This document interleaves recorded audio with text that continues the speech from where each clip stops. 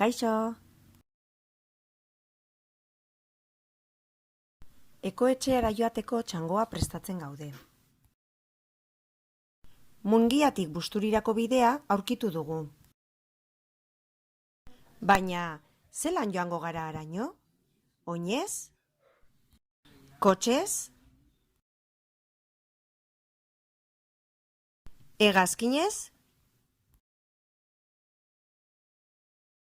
Autobusez?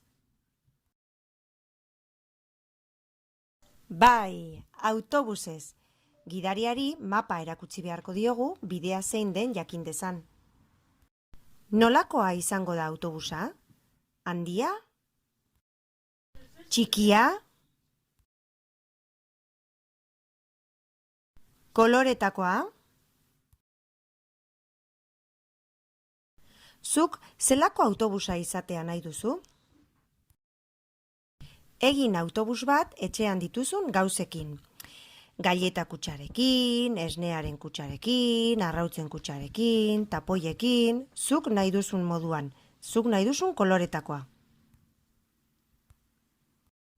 Eta alba duzue argazkia bidali. Eskerrik asko lagunok!